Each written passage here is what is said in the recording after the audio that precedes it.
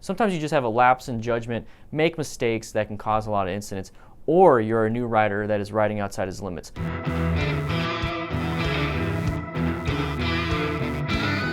At the end of this month, I'll be participating in the Distinguished Gentleman's Ride, and during this time, I'm raising money for men's mental health and prostate cancer research.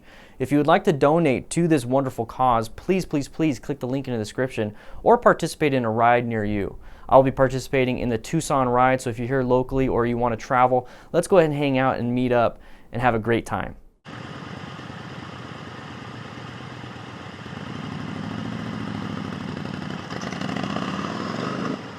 So this one is actually pretty easy to diagnose and figure out what went wrong. This was a tight turn from the stop issue. Now this is something that we teach over at the BRC 1, which is the beginner class at the Motorcycle Safety Foundation over here at Ride Arizona MTC. It's a mouthful, but we do some quality work there. So if you're in Arizona, make sure you sign up for a class at Ride Arizona MTC. All right, so we're going to be going over what happened here, which is the primary control issue.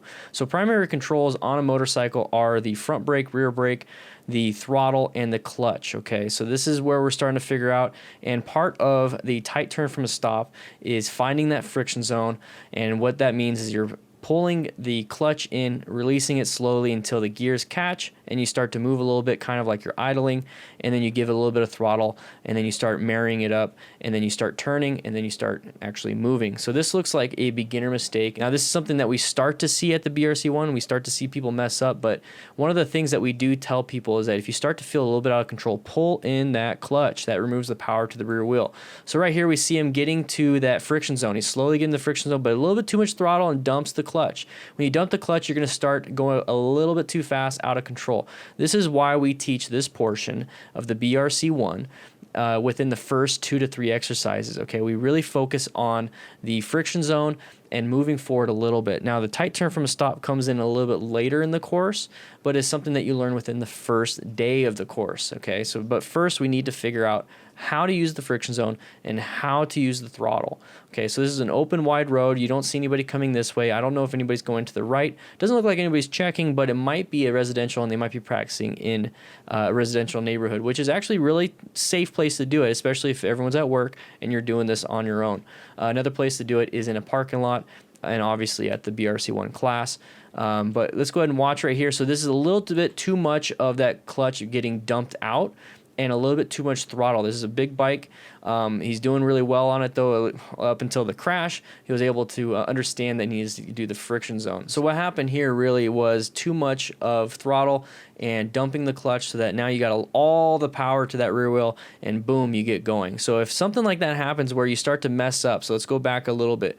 You start to get out of control right here, pull in that clutch. You see how it jumped? We're going to go back a little bit. You're going to see it jump. That's that dump of the clutch. Let's go ahead and watch it real quick. Boom, right there. Another time, boom. Another time, here we go. Watch him jump, there it is.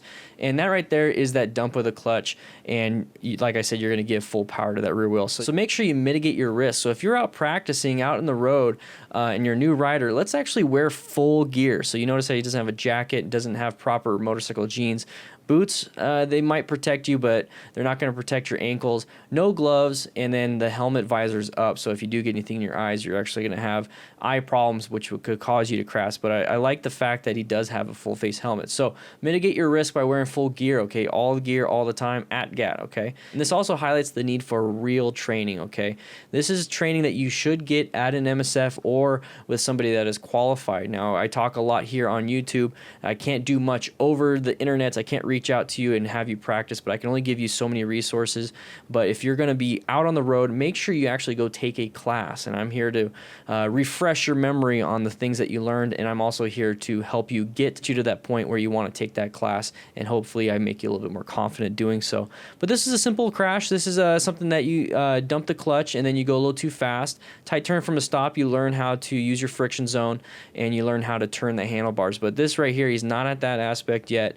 Went a little too fast, dumped the clutch, and there he goes. Now, this is something that can happen to an experienced rider, but experienced riders know that once this happens and you start getting out of control right here, you pull in the clutch and then you turn. As a new rider, you're not going to have that wherewithal to know that unless you have proper training and you kind of get over this hump, and then you start expanding on your foundation of good knowledge. So guys, if you like that, please swing on by patreon.com/danandthefireman and help support the channel and help support what we do. And I'll be seeing you on the road.